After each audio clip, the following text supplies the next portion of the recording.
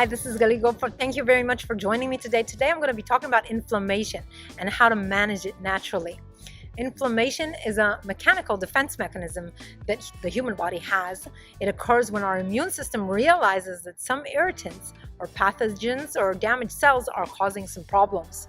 And as a result, our immune system begins the healing process with acute inflammation, typically occurring as a response to tissue repair. Now, even though inflammation is often very uncomfortable, it still represents a sign that our body is healing itself. The common signs of inflammation include heat, the area is hot, redness, swelling, pain, and often loss of natural function. Now, severe inflammation will also be seen in blood test results as an increased number of immune cells and C-reactive protein levels.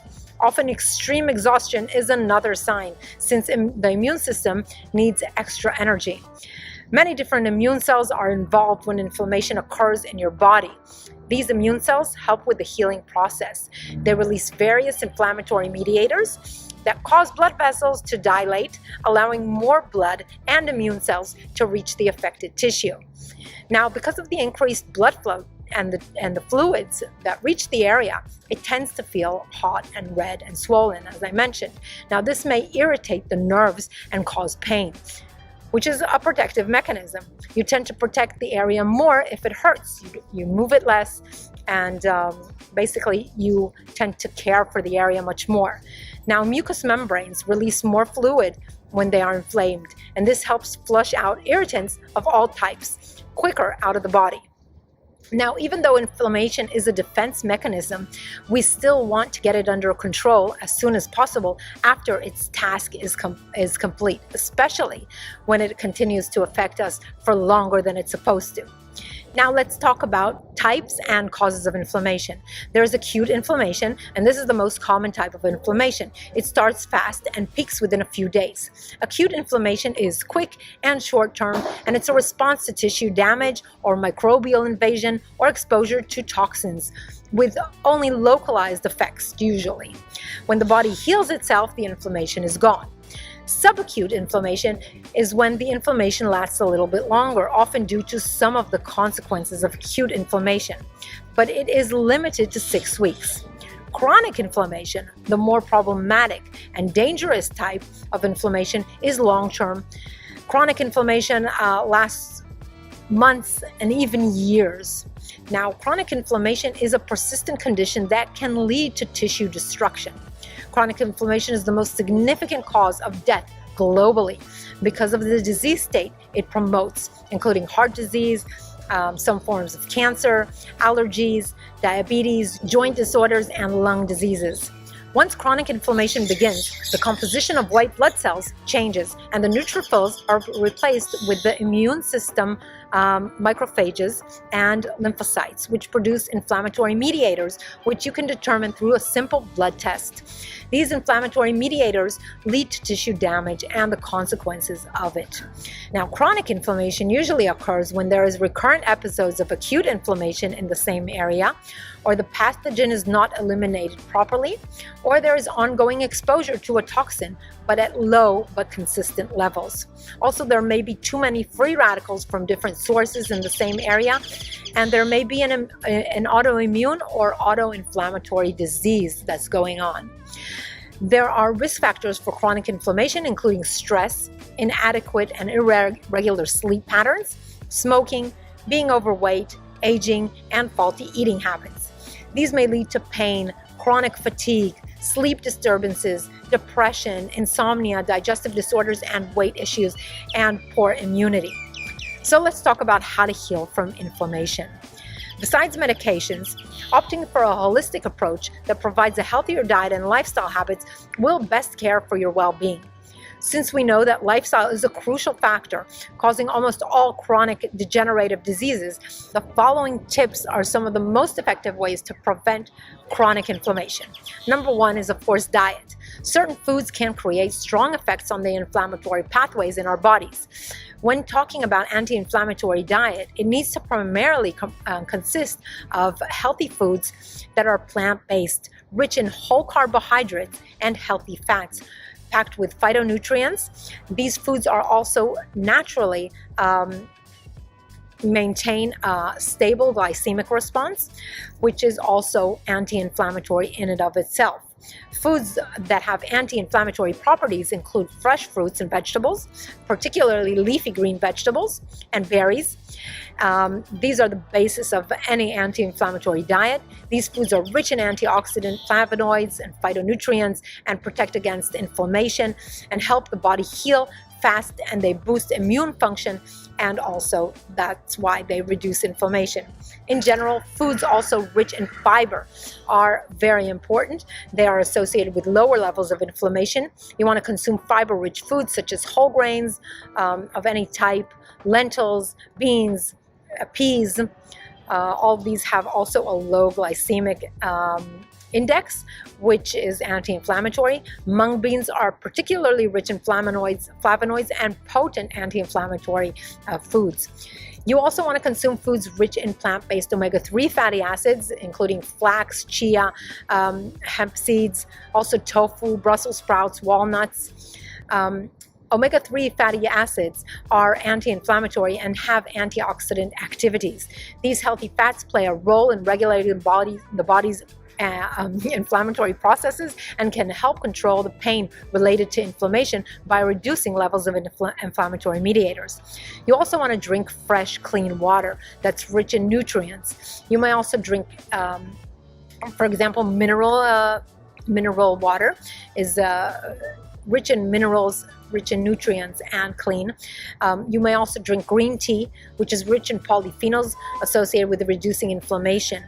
You also want to avoid certain foods. For example, carbohydrate-rich foods with a high glycemic index. These are related to inflammatory diseases, including heart disease, type 2 diabetes. These foods include all refined carbohydrates, such as white grains, fruit shakes, and processed foods, of course. You also want to limit your consumption of sugar-rich foods, which are inflammatory. Sweetened beverages, refined sugar, and high fructose corn syrup are all inflammation-promoting foods. You also want to avoid fat-rich processed and packaged foods that are rich in trans fats from your diet. You want to remove them. You also want to reduce saturated fats from animal products. Also, animal products naturally have small amounts of trans fats. These foods have components that, when consumed, trigger or worsen inflammation. You can see my video on trimethylamine oxide for more information. Also, I have a video on endotoxins that you may wish to look into. Now, also alcohol, when consumed regularly, even wine, leads to nutrient deficiencies and free radical damage, leading to inflammation. So you want to avoid that. Now, also supplements. Sesame seeds have been shown to reduce the production of inflammatory mediators, and I recommend consuming 1 tablespoon of whole sesame seed paste once a day when you need to reduce inflammation. Also, curcumin, found in turmeric.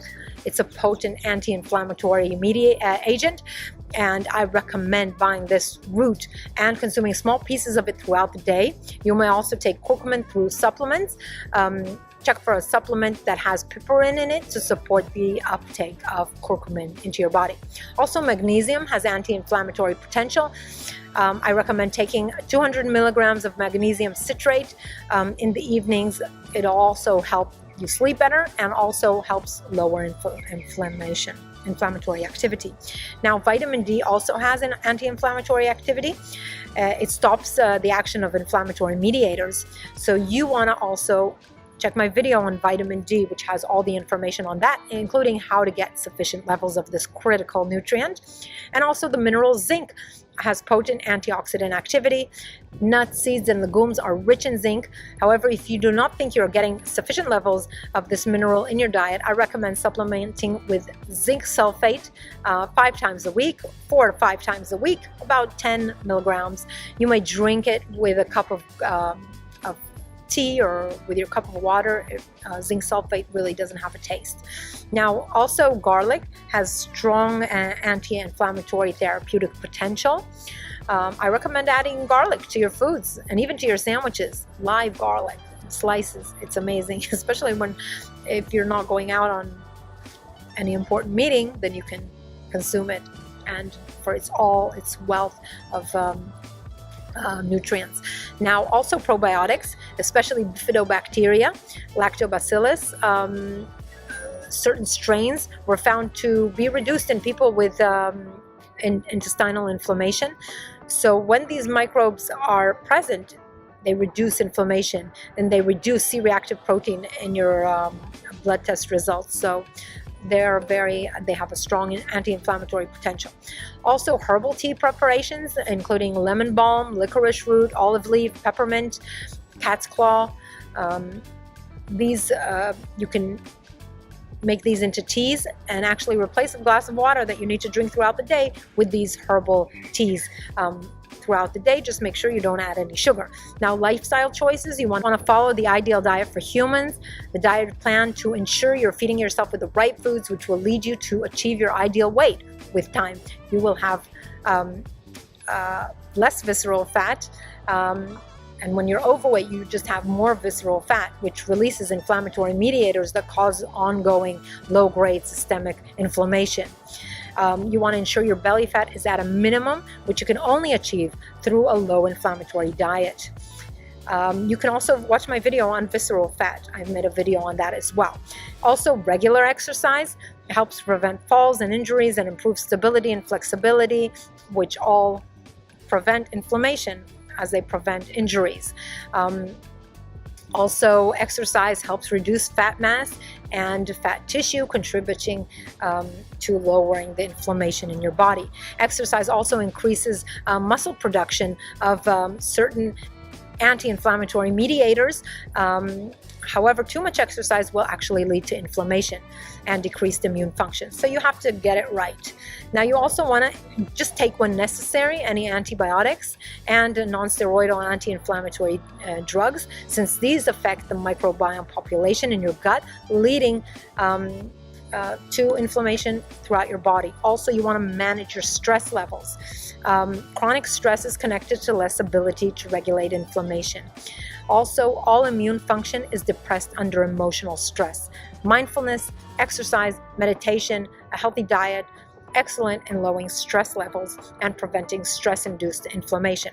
Also, you want to sleep about 7.5 hours a night, which is crucial for reducing inflammation.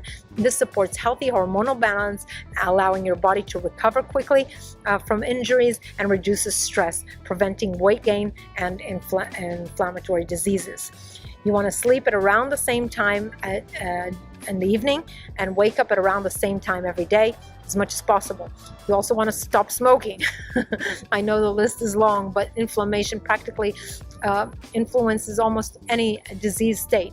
And these are the healthy lifestyle habits that will help you prevent inflammation. So stop smoking. Further to the fact that tobacco depresses the immune function, leading to chronic inflammation, the toxins in cigarettes actually lead to oxidative damage, leading to ongoing inflammation. So long as you're smoking, your body is going to be inflamed. So to conclude, eating healthy, living healthy, healthy habits are the keys to reducing inflammation, yielding better health and improved well-being. I hope you liked this video. If you did, please give it a thumbs up. Please also subscribe to my channel and visit my website, thegorilladiet.com, to help you move your health and wellness to a better place, help you lose weight, help you achieve all of your health goals. Thank you very much for joining.